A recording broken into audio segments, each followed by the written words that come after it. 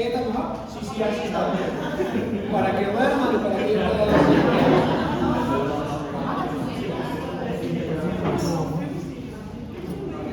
Vamos a hablar del síndrome de ovario poliquístico, ¿ya?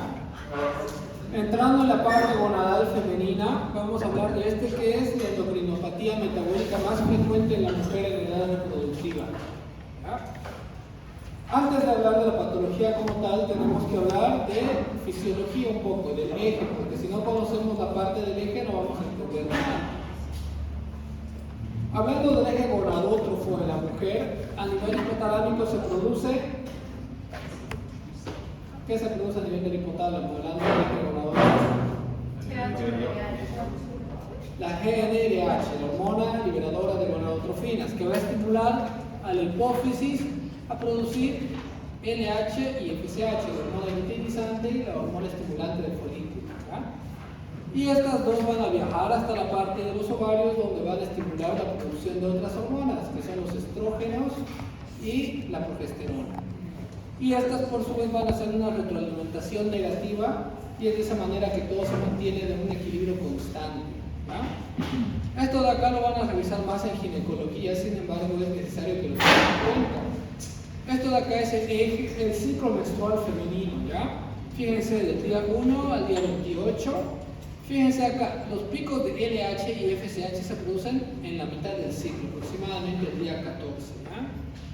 Y tenemos dos fases. Una fase folicular, que es la primera fase donde se desarrolla el folículo ovárico, y la fase luteinizante, que ocurre después de la ovulación. O también la primera fase llamada proliferativa, porque el endometrio va a ir proliferando, y una fase secretora, porque este endometrio va a empezar a secretar hormonas, ¿verdad? Fue descrita por primera vez en 1935 por dos médicos, Stein y Leventhal. Por eso de esa manera al inicio no se conocía como síndrome de ovario poliquístico, se conocía como síndrome de Stein-Leventhal, ¿verdad? En 1990 fue cuando se le incluyó en la clasificación internacional de enfermedades, y en el año 2003 un montón de médicos, ginecólogos y endocrinólogos se juntaron en la ciudad de Rotterdam y elaboraron unos criterios para llegar a este diagnóstico, ¿verdad? Esos son los dos médicos, Stein y Leventhal. El síndrome de ovario poliquístico es un trastorno que tiene tres características, que son los criterios de Rotterdam, que puede ser una pregunta de examen, que es el hiperandrogenismo, es decir, un aumento de hormonas masculinas, un aumento de andrógenos, la disfunción ovulatoria, errores en la ovulación, que generalmente se manifiesta como irregularidades menstruales, y características en la forma de un ovario, es decir, un ovario con múltiples quistes que miden más de 12 milímetros, perdón, son más de 12 folículos que miden entre 2 y 9 milímetros, ¿ya? Y el diagnóstico, fíjense, esto es algo importante. Este es un diagnóstico de descarte, es decir, no es que vamos a pedir laboratorios y vamos a dar con este diagnóstico. Es un diagnóstico de descarte. ¿Qué quiere decir eso? Tenemos que descartar otras causas de disfunción ovulatoria, de hiperandrogenismo. Si todo eso viene negativo para otras enfermedades, recién vamos a diagnosticar esto, ¿ya? Tenemos que descartar otras enfermedades como por ejemplo la hiperprolactinemia, que como sabemos causa irregularidad menstrual, la hiperplasia suprarrenal congénita, que causa hiperandrogenismo, enfermedades tiroideas que ya hemos visto y hemos visto que causan oligomenorrea, amenorrea, el hipercortisolismo que hemos visto en el síndrome de Cushing, que va a bloquear la GnRH, acromegalia y tumores virilizantes. Es decir, tenemos que descartar todas esas enfermedades para llegar al diagnóstico de síndrome de ovario poliquístico, ¿ya? Fíjense, es la endocrinopatía metabólica más frecuente en las mujeres en edad reproductiva. Es por eso que es importante tener conocimiento, porque es lo que más se van a encontrar. Y muchas veces es un diagnóstico mal hecho. Muchos médicos generales diagnostican, a mí en el hospital, todas las internas van conmigo, doctor, tengo síndrome de ovario poliquístico. Y no pueden tener todas. Es mentira, les ha hecho un mal diagnóstico, ¿ya? Fíjense, el síndrome de ovario poliquístico clásico afecta a 6 a 10%, o sea, de 10 personas, una tiene. Ahorita no sé si hay 10 mujeres acá, pero si hubiera por lo menos una tendría que tener síndrome de ovario poliquístico. Es frecuente, ¿ya? ¿Qué factores de riesgo tenemos para esta enfermedad? sedentarismo, obesidad, factores genéticos, quiere decir que si tienen una madre, hermanas con síndrome de ovario poliquístico, es muy probable que ustedes también tienen un riesgo aumentado, y hábitos alimentarios, ¿ya? Es decir, un aumento de la ingesta de carbohidratos y demás, todo eso que favorezca la obesidad. En cuanto a la fisiopatología, es importante conocerla, porque para hacer un tratamiento vamos a tener que actuar en la fisiopatología. Tenemos dos puntos. Uno, que fíjense, pulsos rápidos y persistentes de la GnRH, y vamos a tener un exceso de LH. Normalmente tenemos las gonadotrofinas, la LH y la FSH, en cantidades similares, ¿ya? En las pacientes con síndrome de ovario poliquístico vamos a tener una LH 3 veces mayor que la FSH. Entonces esa es una principal característica de su fisiopatología. Hay mucha más LH que FSH. Eso por una parte. Y por otra parte vamos a tener una insulinoresistencia en estas pacientes. Entonces son esos los dos puntos que van a desencadenar un conjunto de mecanismos que nos van a llevar al ovario poliquístico. ¿Qué creen que pasa? Acá dice insulinoresistencia. Nosotros tenemos una célula acá. Esta célula tiene su receptor para la insulina y tenemos la molécula de la insulina, la cual tiene que unirse a este receptor. ¿Para qué? Para que esta célula transporte una molécula que se llama GLUT4 y esta absorba la glucosa, y de esa manera utilicemos el azúcar, la glucosa. ¿Qué pasa si hay una resistencia en este receptor? Es decir, este receptor no permite que la insulina se le una. Eso se llama insulinoresistencia. ¿Y qué va a generar? ¿Cómo creen que va a actuar su páncreas, sus células beta? ¿Qué van a hacer? Aumentar su producción. ¿Aumentar la producción de qué? De insulina. ¿Por qué? Porque nuestro cuerpo no va a unirse acá a la insulina. Entonces el páncreas va a interpretar: hay poca insulina. ¿Por qué? Porque no está ejerciendo su efecto. Entonces tenemos que aumentar la producción de insulina para que pueda unirse al receptor. ¿Con esto qué quiero decir? Que la insulinoresistencia va a generar hiperinsulinemia, un aumento de secreción de insulina. Y como ven acá, el aumento de secreción de insulina nos va a dar como resultado hiperandrogenismo, una mayor cantidad de formación de andrógenos. Y el exceso de LH nos va a dar los dos: hiperandrogenismo y disfunción ovulatoria. ¿Ya? Esa es la fisiopatología, que lo vamos a ver más detalladamente en este gráfico de acá. Fíjense, primero acá, hipotálamo, pulsos frecuentes de GnRH. Eso va a ocasionar que haya una mayor cantidad de LH, más de 3 veces que de FSH. Este exceso de LH va a actuar a nivel de su receptor en la parte del ovario, en estas dos partes, y esto de acá ya lo han visto en la parte de glándulas suprarrenales, la formación de hormonas esteroideas. Comienza con el colesterol, proteína STAR, pregnenolona, progesterona. Este LH aumentado va a estimular todo este mecanismo, que nos va a dar como resultado un aumento de testosterona, de hormona masculina, ¿ya? Y obviamente esta testosterona nos va a dar las manifestaciones de hiperandrogenismo en las mujeres. Y otro problema que tenemos es la hiperinsulinemia. Esta hiperinsulinemia va a ir hasta el hígado y va a estimular la producción de hasta la glándula suprarrenal, y va a estimular la producción de andrógenos suprarrenales.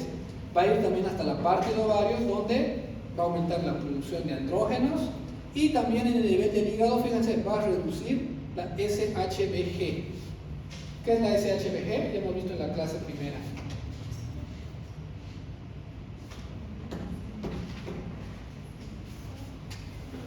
Ahorita lo hemos visto. SHBG. Es la globulina fijadora de hormonas esteroideas. Y hemos dicho que si hay una disminución de esa hormona, ¿qué pasa con la testosterona? ¿Aumenta o disminuye? Aumenta. Entonces va a aumentar los andrógenos y por ende va a haber un hiperandrogenismo en la mujer, ¿ya? Entonces esa es la fisiopatología. Pulsos acelerados de GnRH y un aumento de LH, y por el otro lado hiperinsulinemia. Todo esto nos va a dar como resultado irregularidad menstrual y un aumento de andrógenos, ¿ya? Doctor, son 7 las dos. Las dos que La fisiopatología, sí, tienen que estar las dos alteradas, tiene que haber insulinoresistencia y tiene que haber una LH aumentada. Y acá es importante, uno siempre relaciona obesidad con insulinoresistencia. Es decir, un paciente obeso con las manchas oscuras en el cuello que conocemos como acantosis nigricans, y uno con eso lo manifiesta. Muchas de estas pacientes no tienen obesidad, pueden tener insulinoresistencia sin necesidad de obesidad, ¿ya? Ahora vamos a evaluar uno por uno las características de estas pacientes. Lo primero, el hiperandrogenismo, que es un aumento de la formación de andrógenos. ¿Cuáles son las características de un hiperandrogenismo? La alopecia androgénica, es decir, la caída de cabello, principalmente en las entradas de la frente, que es una condición típica de los hombres, va a estar presente en las mujeres con síndrome de ovario poliquístico. El acné, toda mujer que tenga mucho acné fuera de la pubertad, que es lo normal, probablemente tiene un hiperandrogenismo que tiene que ser investigado. El hirsutismo, que es la presencia de pelo en lugares sensibles a los andrógenos, es decir, en lugares en los cuales es característico de los hombres, ¿ya? Que son 9 áreas, fíjense: el área del bigote, el área del mentón, en la parte clavicular, en la parte infraumbilical, en la parte dorsal, en la parte superior a la línea interglútea, en esta parte de acá y en los muslos. Son 9 áreas en las cuales una mujer no tendría por qué tener exceso de pelo. Si tienen los antebrazos, eso es algo normal. Si tienen las pantorrillas, también. Pero si tienen la parte del bigote, mentón, región clavicular, infraclavicular, pubiana y todas estas regiones, son regiones en las cuales son características de los hombres. Una mujer no tendría por qué tener. Para valorar el hirsutismo nosotros tenemos un score que se llama score de Ferryman-Gallwey. Acá se lo voy a anotar. Score de Ferryman-Gallwey.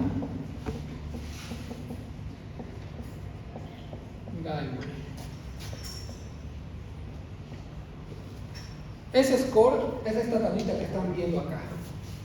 Ustedes pueden tener eso impreso o en su celular, y cuando viene una paciente y su motivo de consulta es: doctor, me sale mucho vello, uno lo que hace es comparar, ¿ya? Fíjense, acá este tiene 1 punto, 2 puntos, 3 puntos, 4, cada uno tiene su valor. Y fíjense que son distintas fotos. Acá hay poco bigote, quizás no se ve muy claro ahí, pero cuando les pase las diapositivas van a verlo mejor. En esta parte hay un poco más, en esta parte hay más, y aquí es como si fuera un hombre. Lo mismo en el pelo, fíjense, acá hay poco, un poco más, y acá está todo lleno de pelo. Entonces nosotros vamos a examinar en la mujer estas 9 áreas y vamos a comparar con estas imágenes. Vamos a ver, por ejemplo, la paciente tiene un bigote similar al de este, vamos a poner 2 puntos. Ahora hay que tener en consideración que muchas pacientes se rasuran, entonces puede que vayan ya a la consulta rasuradas, depiladas. En ese caso uno les tiene que decir: ¿usted con cuál de estos se identifica? ¿Cómo estaba usted antes de rasurarse? Y ella dice: el doctor, ya estaba así, como en esta foto de acá. Ellas mismas les van a indicar cómo es que está, ¿ya? Y uno va sumando todos estos puntos. Por ejemplo, acá puede tener un punto, acá 2, acá 2, acá 2, acá 2, 1, 3, 5, 7, 9 puntos, ¿ya? Nosotros vamos a sumar todos estos puntos y vamos a diagnosticar hirsutismo cuando el puntaje sea mayor a 8. Es decir, un score de Ferryman-Gallwey mayor a 8 puntos nos dice que hay hirsutismo, que es un signo de hiperandrogenismo, ¿ya? Este se puede clasificar en leve, moderado y grave. Un hirsutismo leve es más de 8 puntos, moderado mayor a 14 y severo mayor a 25 puntos, ¿ya? Ahora esto varía mucho en la cuestión de razas, porque las mujeres caucásicas, negras, asiáticas es distinto. Para el nivel de Latinoamérica se manejan 6 puntos, ¿ya? Pero como casi toda la bibliografía es internacional, es hecha en Europa o en Estados Unidos, ellos manejan 8 puntos. A nivel Latinoamérica se puede decir que una mujer con más de 6 puntos ya es un hirsutismo. ¿Cómo vamos a evaluar la disfunción ovulatoria? La disfunción ovulatoria generalmente se manifiesta como irregularidades menstruales. ¿Cada cuánto se tiene la menstruación? ¿Cuánto es lo normal? Término medio, es 28 días, ¿no ven? El término medio. En estas pacientes vamos a tener alteraciones. Fíjense, lo normal es entre 21 y 35 días, término medio 28. En estas pacientes podemos tener alteraciones del ritmo o alteraciones de la cantidad de la menstruación. En el ritmo, por ejemplo, la polimenorrea es cuando tienen menstruaciones con intervalos menores a 21 días. ¿Ya? Sin embargo, la duración está normal, lo normal es de 2 a 7 días, y la cantidad es normal, de 50 a 120 ml. Oligomenorrea es cuando hay un intervalo entre las menstruaciones entre 35 y 90 días, y amenorrea cuando la paciente está más de 90 días sin tener una menstruación. ¿Ya? Y tenemos alteraciones de la cantidad. Fíjense, hipermenorrea, el tiempo que hay entre menstruación y menstruación es normal. La alteración que tenemos acá es la cantidad. Son pacientes que suelen tener menstruaciones que duran más de 7 días y que son mayores a 120 ml. O pueden tener hipomenorrea, menstruaciones que duran menos de 2 días y que son menos de 50 ml. Entonces, una paciente que tiene todas estas características son características de disfunción ovulatoria. ¿Ya? Y por último, la morfología del ovario. Fíjense, tiene que tener estas características. Hay muchos errores hechos por médicos generales, incluso ginecólogos. Por eso es que todas las mujeres piensan que tienen síndrome de ovario poliquístico. ¿Por qué? Porque ven quistes en el ovario y ya piensan que eso es un síndrome de ovario poliquístico. Sin embargo, puede tener quistes en el ovario y no ser síndrome de ovario poliquístico. O pueden ni siquiera ser quistes. Muchas veces en la ecografía tenemos la maduración de los folículos y pueden ser confundidos con quistes. Entonces nosotros tenemos que ser cuidadosos a la hora de dar un diagnóstico. ¿Qué características tiene que tener? Tienen que ser 12 o más folículos que midan entre 2 a 9 milímetros en cualquiera de los ovarios, o un volumen mayor a 10 ml.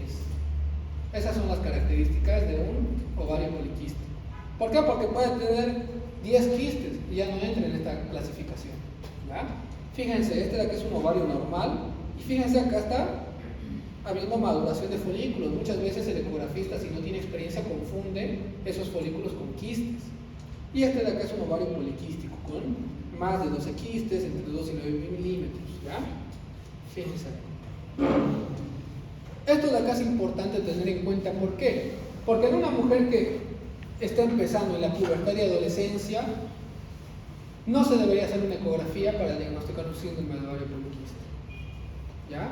Se lo hace 8 años después de la menarca, es decir, 8 años después de la primera menstruación, recién se puede solicitar una ecografía.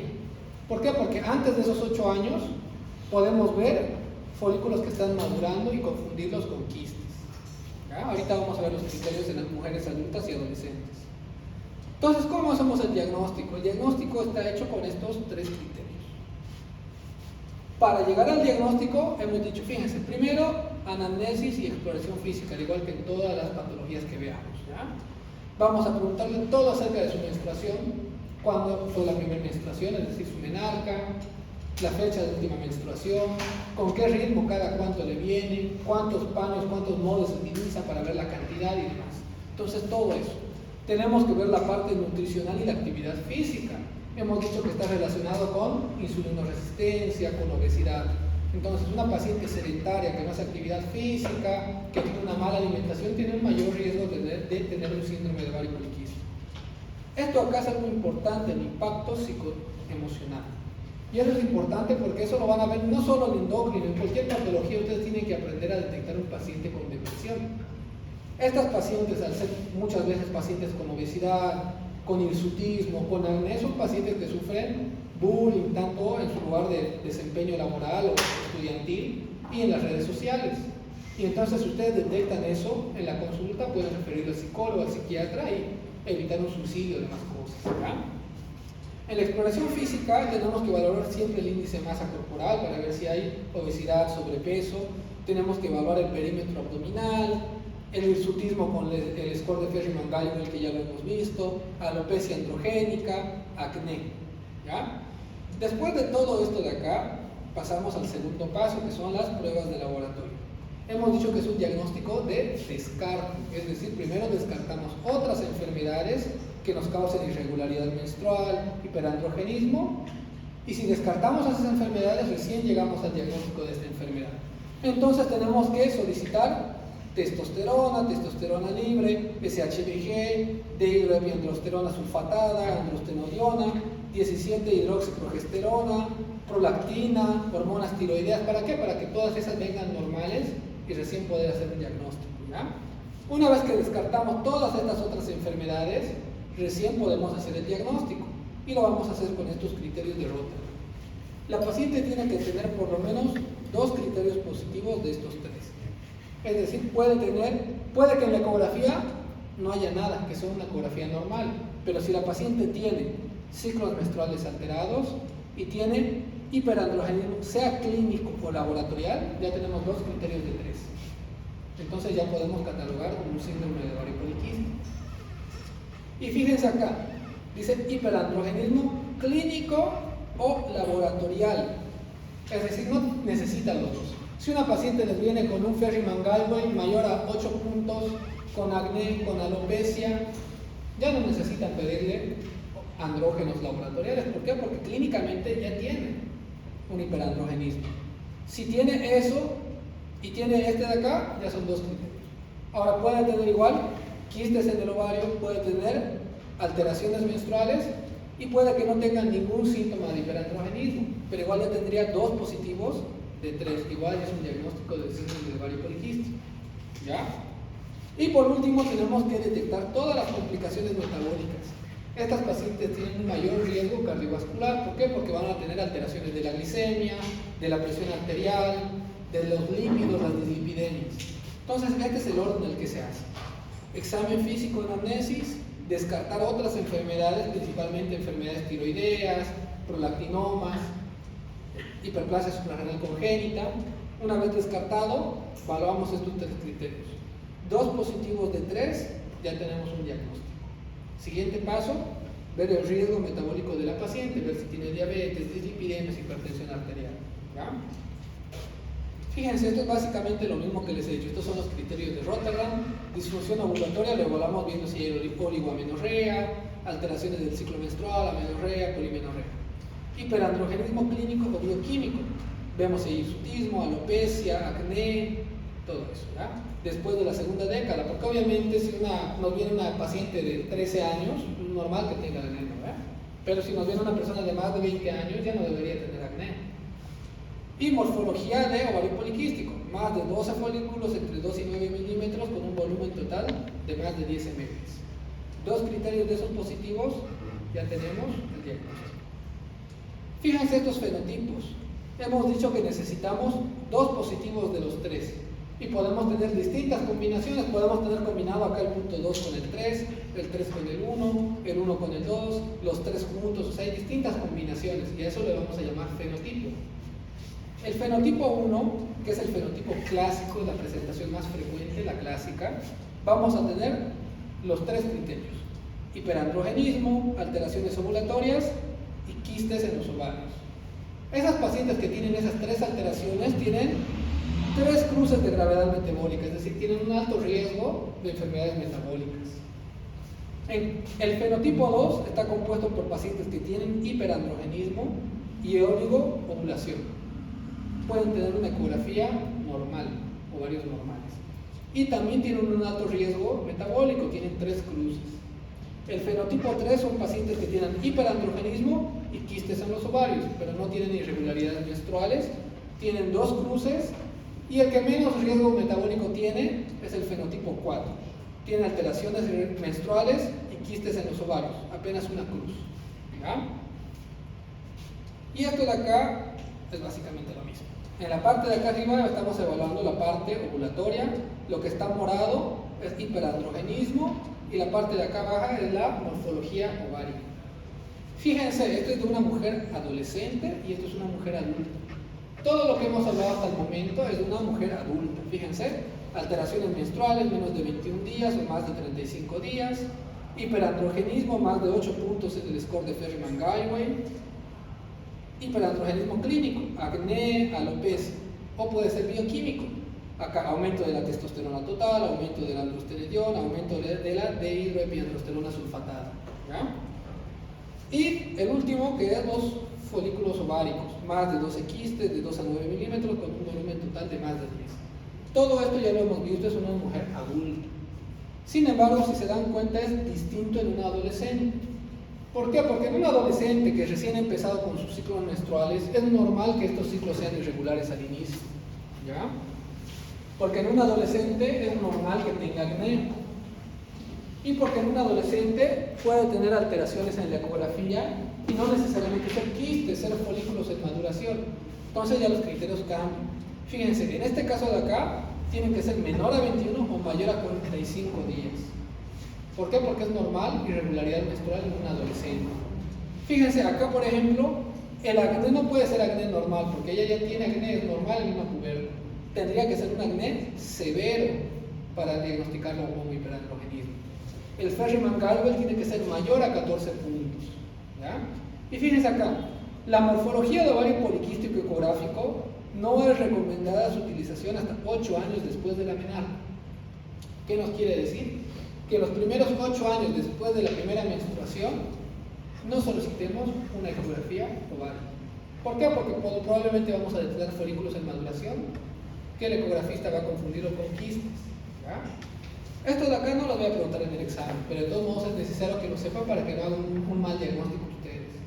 Por ejemplo, ya saben, si les viene una muchacha de 17 años, no le piden ecografía, porque si le piden van a ver folículos y van a salir quistes y usted no tiene síndrome de ovario poliquístico. Va a tomar anticonceptivos innecesariamente, va a tener un diagnóstico que no tiene en realidad, entonces no es necesario. ¿Ya? Y siempre descartar otras enfermedades, descartar una hiperprolactinemia, hiperplasia suprarrenal, tumores virilizantes, Cushing y demás enfermedades. ¿Ya? En cuanto al diagnóstico diferencial, es decir, otras enfermedades que pueden tener características similares, vamos a tener las siguientes. Los tumores adrenales que pueden causar hiperandrogenismo, hiperplasia suprarrenal congénita que puede causar hiperandrogenismo, la hiperprolactinemia que puede causar irregularidades menstruales, el síndrome de Cushing. Hemos hablado en la anterior clase y hemos dicho que el cortisol lo que hace es bloquea la GnRH, es decir, causa una disminución. Si no hay GnRH, la LH y la FSH vuelven a estar bajas y por ende el estrógeno también va a estar bajo. Entonces la paciente va a tener irregularidades menstruales. ¿Ya? Disfunción tiroidea, ya hemos avanzado hipotiroidismo y hemos visto que una de sus manifestaciones en las mujeres es oligomenorrea, amenorrea. Entonces obviamente tenemos que descartar todo esto para el diagnóstico. Y tenemos un hiperandrogenismo idiopático, las pacientes que van a tener una testosterona elevada. Sin embargo, estas pacientes, fíjense, tienen ciclos menstruales regulares y tienen ovarios sin ninguna alteración en su forma. Comorbilidades. Las pacientes con síndrome de ovario poliquístico tienen un mayor riesgo de infertilidad, es decir, son pacientes subfértiles. Como hemos visto, uno de los problemas que tienen es la disfunción ovulatoria, no ovulan. Sin embargo, casi importante tener en cuenta que son subfértiles. ¿Qué quiere decir eso? Que hay muchos meses que no van a ovular y algunos que sí. Y hay muchas pacientes que se confían, yo tengo síndrome de ovario poliquístico, no me puedo embarazar, no utilizan anticonceptivos, tienen relaciones y puede que en un muy buen tiempo no se embaracen y luego pueden aparecer embarazadas. Entonces siempre tenemos que recomendar a la paciente eso, que ella no es completamente infértil, es subfértil. ¿Ya? La hiperplasia endometrial y el cáncer del endometrio, va a haber un aumento del crecimiento del endometrio. Metabolismo anormal de la glucosa, es decir, puede tener una glicemia alterada en ayunas, prediabetes, diabetes, dislipidemias, un aumento del colesterol, de los triglicéridos, apnea obstructiva del sueño, depresión y ansiedad. Entonces, todas estas comorbilidades van a estar presentes en la paciente y nuestro deber como médicos es tratar de reducir su riesgo metabólico y cardiovascular. ¿Ya? Valoración del riesgo cardiometabólico. Entonces, todas las pacientes, cuando las valoremos, tenemos que evaluar el índice de masa corporal. ¿Cuánto es el índice de masa corporal normal? Vamos a ir de la mejor nota. Parece de 18.5 a 24.9. Sobrepeso. Esto ya lo han avanzado, ¿no ve? ¿Cuánto es lo normal? Eso lo han avanzado en semiología, cuando han visto obesidad y esas cosas. Tienen que aprender, es el índice de masa corporal o el índice de Ketelev. Peso normal 18.5 a 24.9, sobrepeso de 25 a 29.9, obesidad grado 1 de 30 a 34.9, obesidad grado 2 de 35 a 39.9 y obesidad mórbida severa o obesidad grado 3 mayor a 40. ¿Ya? Entonces eso es lo que es el índice de masa corporal. Luego tenemos que evaluar un perfil lipídico, tenemos que solicitar un colesterol total, HDL, LDL, VLDL y triglicéridos. En estas pacientes va a haber un aumento de triglicéridos y una reducción del colesterol bueno, que es el HDL. Tenemos que evaluar el perímetro abdominal.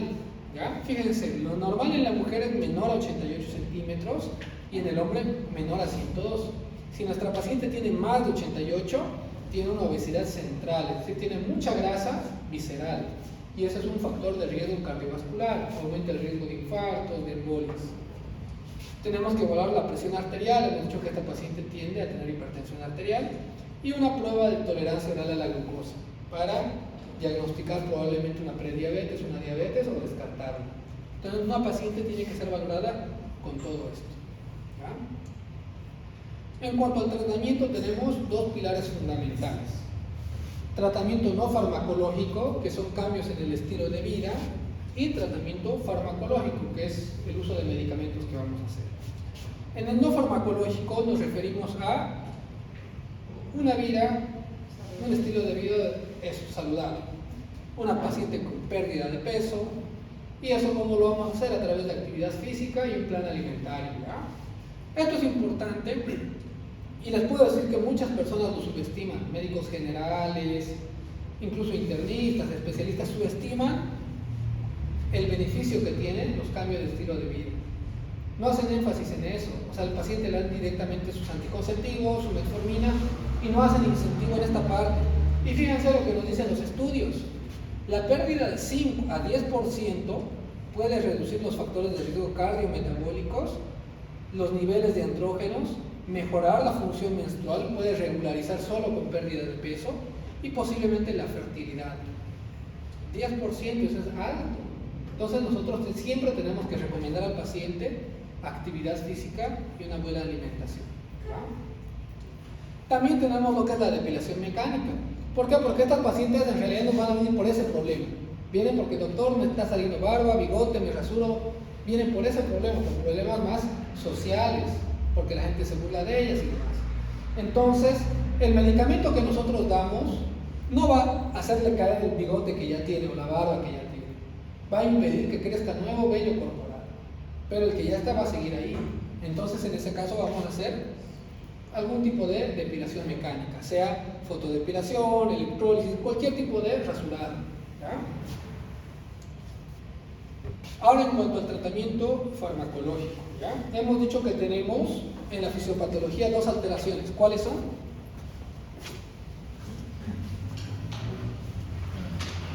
¿Qué alteraciones tenemos en la fisiopatología del síndrome de ovario poliquístico?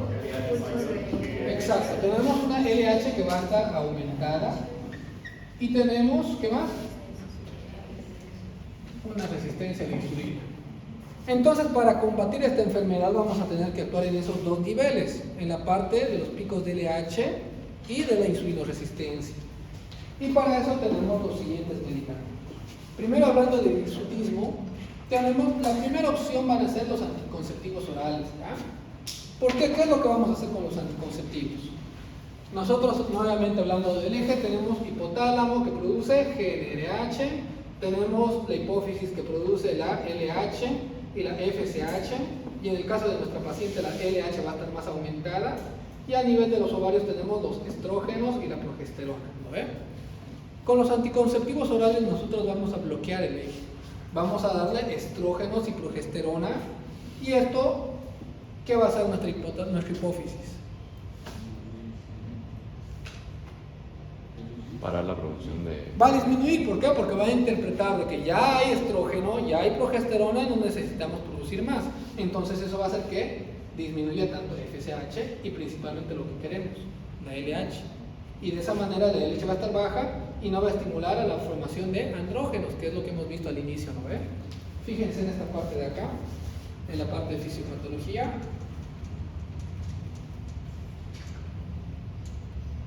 La LH aumentada va a estimular en el ovario la formación de testosterona. Nosotros con el anticonceptivo oral vamos a bajar la cantidad de LH, vamos a bloquear el eje. Entonces es por eso que damos anticonceptivos orales combinados. ¿Ya? Esa es la primera opción de tratamiento. Fíjense, Todos los anticonceptivos orales tienen la misma efectividad. Su mecanismo de acción es suprimir la secreción de LH, ya hemos visto cómo lo suprime. ¿Qué más? Estimula el aumento de la SHBG. Entonces, ¿qué va a pasar con la testosterona? Va a disminuir. ¿Por qué? Porque va a aumentar de SHBG y ese se va a unir a la testosterona libre. Entonces, la testosterona libre va a disminuir. Disminuye la secreción suprarrenal de andrógenos e inhibe la actividad de la 5-alfa reductasa en la unidad pilosebácea. No se nota mucho este marcador, ¿no? Pero, ¿se acuerdan? Hablando la parte tiroidea, ¿cuál es la forma activa de las hormonas tiroideas? ¿La T4 o la T3? La T3, ¿no ve? ¿Y qué es lo que más produce la tiroides? ¿T4 o T3? T4. ¿Y qué es lo que pasa? La T4 se transforma en T3 a través de ¿qué sustancia? Desdiorinasa tipo 1, desdiorinasa tipo 2, ¿no ve? Acá pasa lo mismo. La testosterona no es una forma activa, no es que la testosterona va y se une a un receptor. La testosterona se transforma para activarse en dihidrotestosterona. Y eso lo hace a través de esa enzima, la 5-alfa reductasa, ¿ya? La 5-alfa reductasa. Con eso, ¿qué quiero que entiendan? Que la testosterona no va a ir a unirse a un receptor. Para ser activa tiene que transformarse en dihidrotestosterona. Y eso lo va a hacer gracias a la 5-alfa reductasa. ¿Y qué van a hacer los anticonceptivos?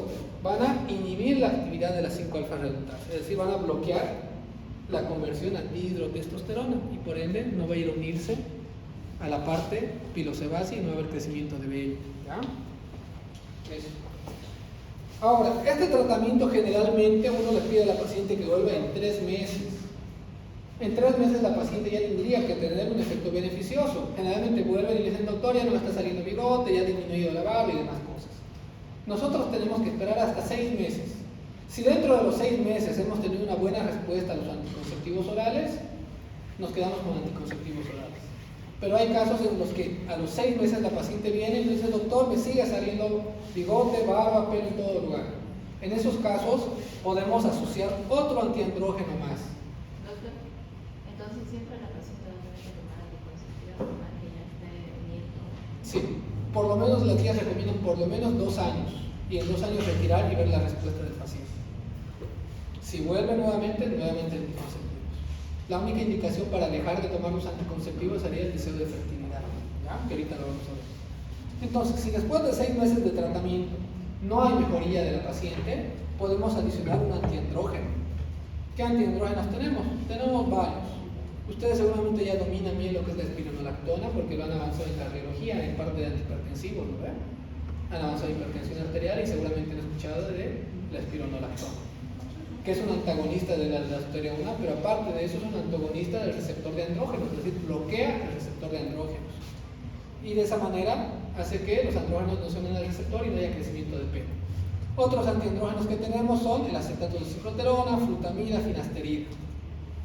Algo muy importante acá que puede ser pregunta de examen, y más allá de ser una pregunta de examen, es algo que tienen que saber para no cometer errores cuando sean médicos. Los antiandrógenos no se los da en monoterapia, es decir, ustedes no le pueden dar a una paciente solo espironolactona, solo finasterida, solo flutamida. ¿Por qué? Hemos dicho que estas pacientes son subfértiles, es decir, que va a ser con dificultad que se embarazan, pero pueden embarazarse. Si una mujer está tomando cualquiera de estos antiandrógenos y se queda embarazada, ¿qué va a pasar con el feto? Si el feto es mujer va a nacer normal, pero si el feto es hombre y estamos bloqueando la formación de andrógenos, van a ser con genitales ambiguos, puede que tenga genitales femeninos, un hermafroditismo. Entonces los antiandrógenos no se dan en monoterapia. Siempre que vamos a dar espironolactona o cualquiera de estos antiandrógenos, la paciente tiene que utilizar anticonceptivos. No se olviden eso nunca. ¿Por qué? Porque si no, esa paciente va a llegar en mucho tiempo a reclamarles, o por más que no les reclamen, su conciencia va a estar que por culpa de ustedes nació un hermafrodita, ¿ya?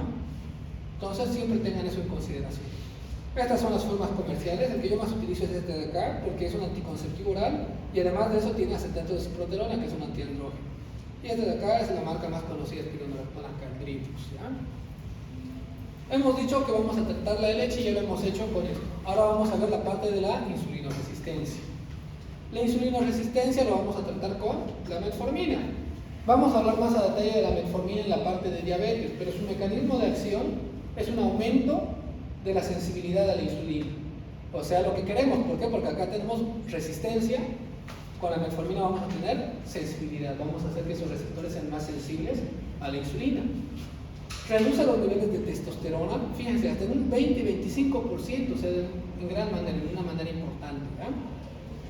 Sin embargo, su efecto sobre el hirsutismo no es muy importante. ¿verdad? La metformina puede mejorar la función ovulatoria, entonces tener eso en consideración. Y ahora, ¿qué pasa? Todo lo que hemos hablado ahorita es de la parte estética de la paciente, del riesgo metabólico de la paciente.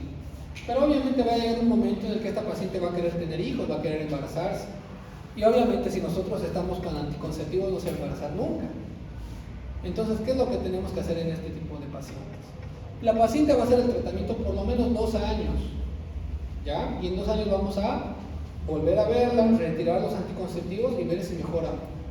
Si la paciente mejora, pues no se hace nada más. Si la paciente no mejora, se vuelve a reiniciar anticonceptivos. Pero hay un momento en el que la paciente nos va a decir, doctor, yo quiero embarazarme. En ese caso, lo primero que vamos a hacer es discontinuar anticonceptivos, antiandrógenos y podemos darle un inductor de la ovulación, es decir, un medicamento que va a estimular que haya una ovulación. Y este de acá es el citrato de clomifeno, ¿ya?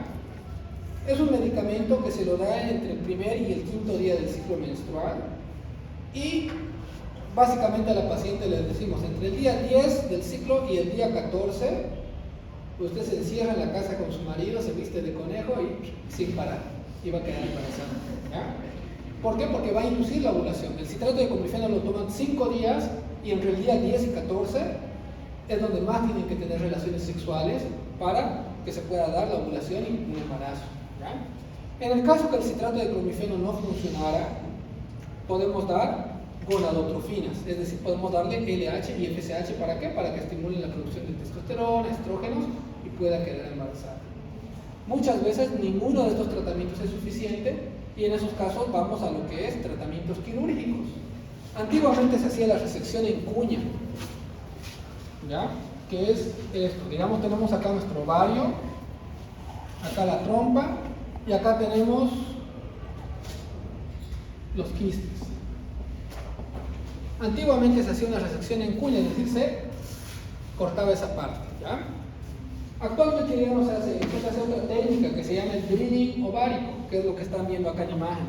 Fíjense, este es un ovario con múltiples quistes y lo que uno hace con el bisturí o el electrobisturí, hace perforaciones en ese ovario. ¿Para qué? Para que por alguno de estos orificios pueda salir el óvulo y obviamente dirigirse a la trompa, al útero y poder darse un embarazo, ¿ya? Eso es lo que se hace actualmente.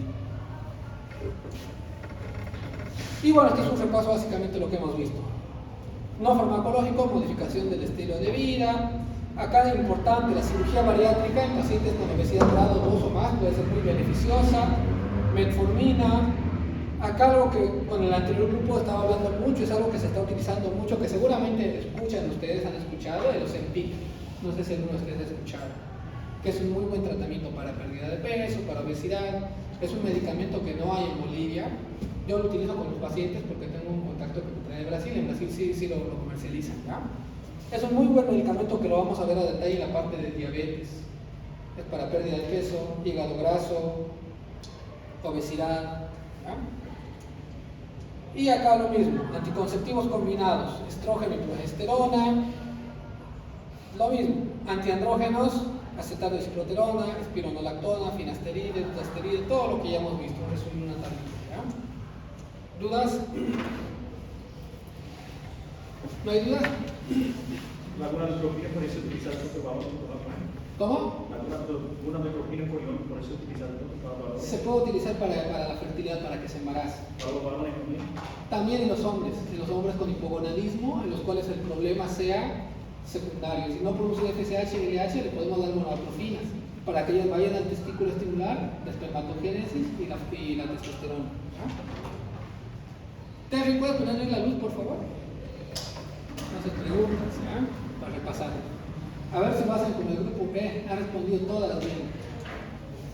Paciente de 18 años, primera menstruación a los 11 años, hace un año presenta ciclos menstruales oligomenorreicos con periodos de amenorrea, hirsutismo al examen, que se caracterizan por síndrome. Para caracterizar el síndrome de ovario poliquístico en esta paciente es necesario, ¿qué inciso?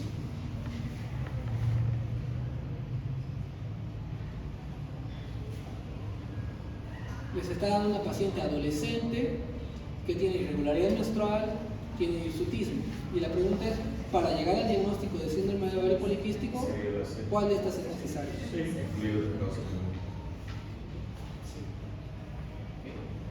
Un valiente que se anima a levantar la mano y dice, doctor, es este de acá. Bien, inciso C. Hemos dicho que es un diagnóstico de descarte. Entonces, lo primero que tenemos que hacer es descartar otras enfermedades. ¿Ya? Fíjense acá dice confirmar acantosis nígricans. La acantosis nígricans es un signo de insulinoresistencia, pero no es un criterio de Rotterdam. Confirmar la presencia de obesidad e hiperinsulinemia. Hemos dicho que puede o no tener obesidad, lo más frecuente es que tenga, pero no es algo obligatorio. Y confirmar la presencia de ovarios de quistes en la ecografía.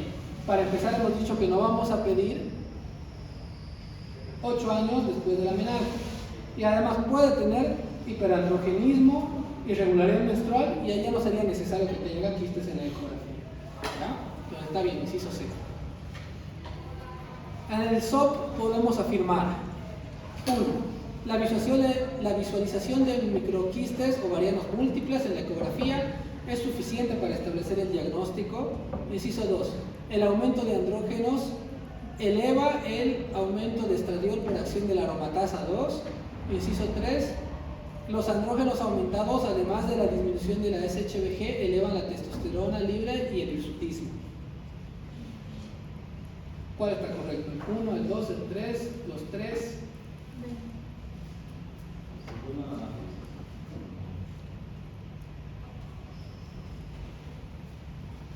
¿Qué piensas, Peixoto? ¿Qué inciso? Mira, acá hay asientos vacíos, podrías sentarte acá. Bueno, ¿qué dicen?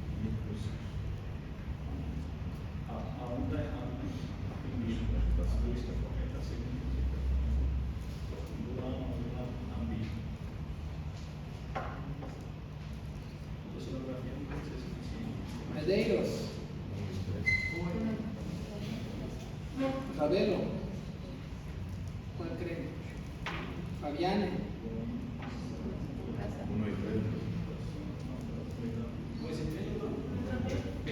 Ya. Inciso A, ¿quién está de acuerdo? No. Inciso B. 1, 2, 3, 4, 5, 6, 7. Inciso C. Inciso D. Nixon. Inciso el 1. La visualización de microquistes en la ecografía es suficiente para establecer el diagnóstico. No. Hemos dicho que puede tener hiperandrogenismo, alteraciones irregulares y no es necesario que tenga quistes. Entonces, el primero no es. Con eso descartamos tanto el inciso C como el inciso A y el inciso D. Así que ya tenemos la correcta. ¿Ya? El aumento de andrógenos eleva el aumento de estradiol por acción de la aromatasa. Sí, eso es lo que hemos hablado en la mañana.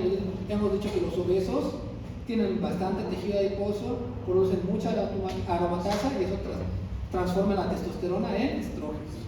Y por último, andrógenos aumentados, además de disminuir la SHBG, elevan la testosterona libre y el hirsutismo. Sí, porque es un hiperandrogenismo. Entonces, correcto es el inciso B. ¿Ya? 2 y 3 están correctos. Son comunes en pacientes con SOP, excepto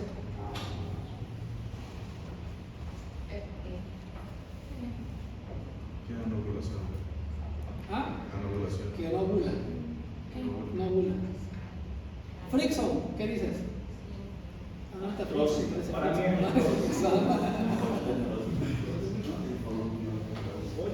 ¿Cuál? É porque a flor é baixa. Dulce, ¿cuál? Fabiane, Silva, Montera. Inciso B, ¿por qué tiene que ver la artrosis? Infertilidad, hemos dicho que sí, que es la infertilidad. Anovulación sí es un criterio. Obesidad suelen tener. Hirsutismo también. Artrosis es una enfermedad articular, no tiene nada que ver ya.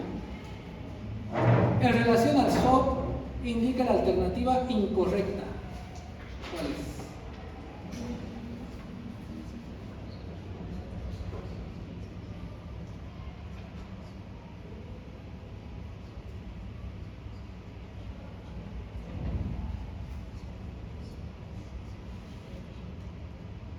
Inciso A, representa la principal causa de hiperandrogenismo e hirsutismo en la mujer.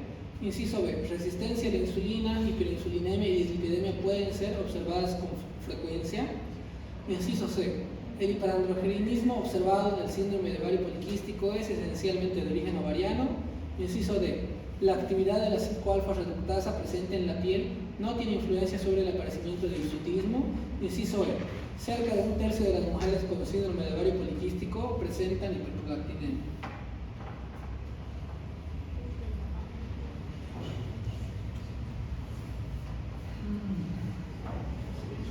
Aldaísa, ¿qué dices?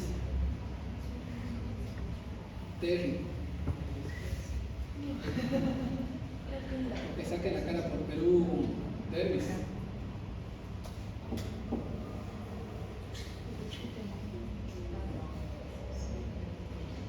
Lo hemos hablado en clase. ¿Cuál es el inciso que está mal, incorrecto?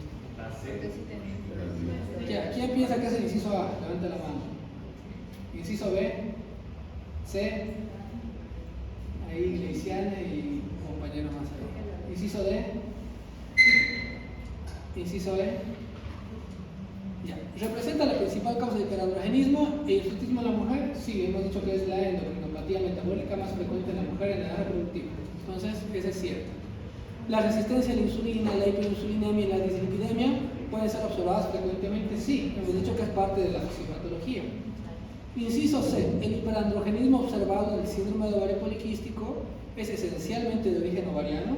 Sí, hemos visto que hay una estimulación de la teca. Acá está la imagen. Fíjense, el ovario es el que va a producir testosterona. Entonces sí. El inciso D. Hemos dicho que la testosterona para ser activa se transforma en dihidrotestosterona a través de ¿qué? De la 5-alfa reductasa. Entonces es una enzima que es importante para que haya hirsutismo. Si no hay 5-alfa reductasa, la testosterona no se transforma en dihidrotestosterona y no hay hirsutismo. Y acá dice, no tiene influencia en el aparecimiento de hirsutismo. Pues esa es incorrecta. Es el inciso D. Tiene influencia, una influencia importante. Si no hay un alfa reductasa, no hay hirsutismo. En el SOP, ¿cuál de estas?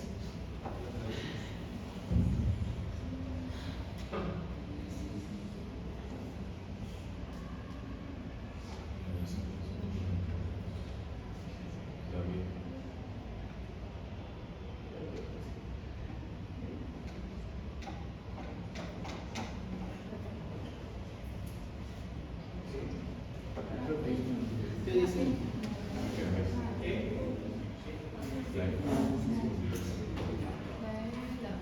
¿Hay asociación con déficit en la producción de insulina? Más bien hay un exceso de insulina, hay una hiperinsulinemia, entonces no es esa. ¿La relación LH-FSH es mayor que 3? Sí, ¿no? ¿Los ovarios presentan dimensiones normales? No, hemos dicho que es más de 10 centímetros cúbicos en la ecografía. ¿Hay ocurrencia de 2 picos de LH? No, hemos dicho que hay aumentado hasta todo el tiempo. ¿Los ciclos menstruales son irregulares? Entonces, ¿cuál es la correcta? ¿La B o la E? En esa pregunta, si es una pregunta de revalida, se anula porque tiene 2 respuestas correctas y es punto para todos. Pero ese examen de residencia, la que valió es esta de acá, la B. ¿Ya? Porque acá dice los ciclos menstruales son irregulares. No siempre, porque hemos visto que puede tener hiperandrogenismo y morfología de quistes y tener síndrome de ovario, o sea, tener irregularidad menstrual. Entonces, más correcta es la B, pero también puede ser la D. ¿Ya? Mujer de 25 años, obesidad, se queja de irregularidad menstrual y aumento de los pelos. ¿Cuál es la alternativa correcta?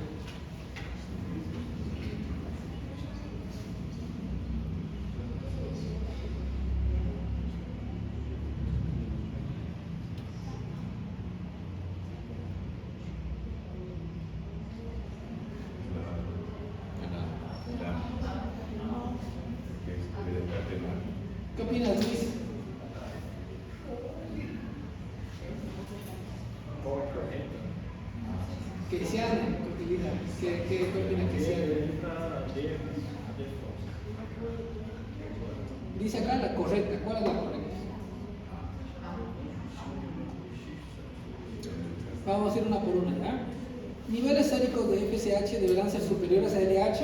No, hemos dicho que la LH es más de 3 veces FSH. Los ovarios normales en el examen de la ecografía afastan, es decir, alejan el diagnóstico de síndrome de ovario poliquístico. No, hemos dicho que puede tener ecografía normal, pero si tiene los otros dos criterios ya tiene síndrome de ovario poliquístico. Diagnóstico de resistencia a la acción de la insulina es necesario para la confirmación del diagnóstico. No es uno de los criterios. ¿No? Hemos dicho los criterios cuáles son: disfunción ovulatoria, hiperandrogenismo y morfología de poliquistosis ovárica. Entonces acá, el diagnóstico de síndrome de ovario poliquístico es hecho después de la exclusión de otras causas. Correcto, hemos dicho que se excluyen otras causas y recién se llega al diagnóstico. Síndrome de ovario poliquístico, indique cuál es la correcta.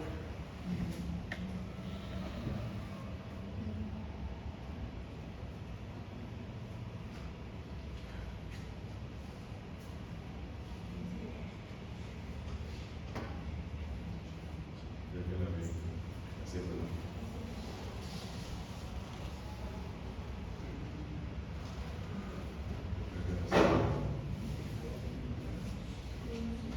¿Qué opina Ricardo? Elder.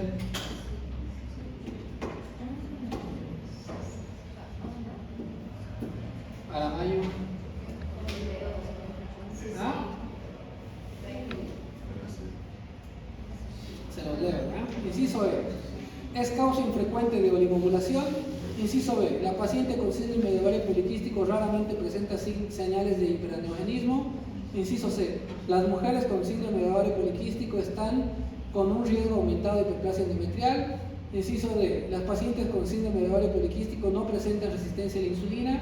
Inciso E. El tratamiento quirúrgico, resección en cuña, debe ser la primera elección en la inducción de la ovulación en pacientes con SOP. Es la C. ¿Ah? Acá están, ¿no? Las comorbilidades tienen un aumento del riesgo de hiperplasia endometrial y de cáncer de endometrio, ¿no? Hiperplasia y cáncer de endometrio. Esta es la clase del día. Retírense. Hay práctica. Retírense los que ya pasaron práctica. Consulta, ¿cuántos temas nos quedan?